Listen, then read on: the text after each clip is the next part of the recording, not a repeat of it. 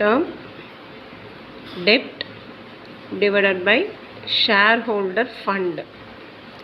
So இங்கே இந்த sum பொறுத்த வரைக்கும் லாங் டேர்ம் டெப்ட்ன்றது debenture.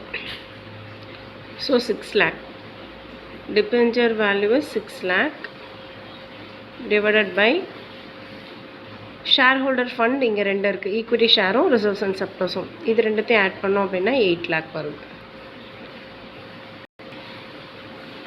So 6 divided by 8, that means 3/4. 3/4 means 0.7/1. So ரேஷியோன்னு பார்க்கும்போது 0.75:1 இதுதான் ரேஷியோ. இது அப்படியே வந்து நான் ரஃப் நோட்டில் ஒர்க் அவுட் பண்ணி காட்டுறேன்.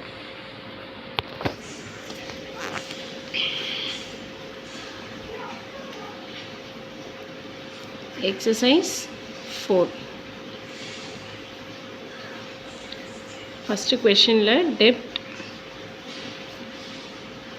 ஈக்விட்டி ரேஷியோன்னு சொல்லியிருக்காங்க. டெப்ட் ஈக்விட்டி ரேஷியோ ஃபார்முலா என்ன? Long term debts, that means debenture, long term debts, share holder fund, இதுதான் வந்து டெப்ட் equity ratio. First of all கொஷனில் லாங் டேர்ம் ஃபண்ட் எங்கே இருக்குது அப்படின்னு பார்க்கும்போது டிபெஞ்சர் தான் long term fund. Long term borrowings debentures 6 lakh. So இந்த இடத்துல ஃபார்முலாவுக்கு தேவைப்படக்கூடிய இன்ஃபர்மேஷனை நான் டெரைவ் பண்ணிக்கிறேன். ஃபஸ்ட்டு இன்ஃபர்மேஷன் என்ன வேணும்? Long term debts. Long term debts டிபெஞ்சர்னு சொன்னேன். டிபெஞ்சரோட வேல்யூ கொஷனில் பொறுத்த வரைக்கும் 6 lakhs இருக்குது. Next share holder fund. Share holder fund பொறுத்த வரைக்கும் இந்த சம்மில் ஈக்விட்டி ஷேர் கேபிட்டல் இருக்குது,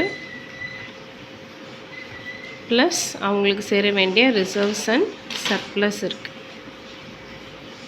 ஸோ இது ரெண்டுத்தையும் ஆட் பண்ணோம் அப்படின்னா ஈக்விட்டி ஷேர் கேபிட்டல் ஒரு 6 lakh, ரிசர்வ்ஸ் அண்ட் சர்ப்ளஸ் ஒரு 2 lakh. ரெண்டும் ஆட் பண்ணும்போது 8 lakh கிடைக்குது. ஓகேவா? ஸோ இப்போ இந்த ஃபார்முலா நான் அப்ளை பண்ணுறேன். லாங் டேர்ம் டெப்ட் எவ்வளோ? 6 lakh. டெப்ட் equity share capital share holder fund எவ்வளோ? 8 lakh.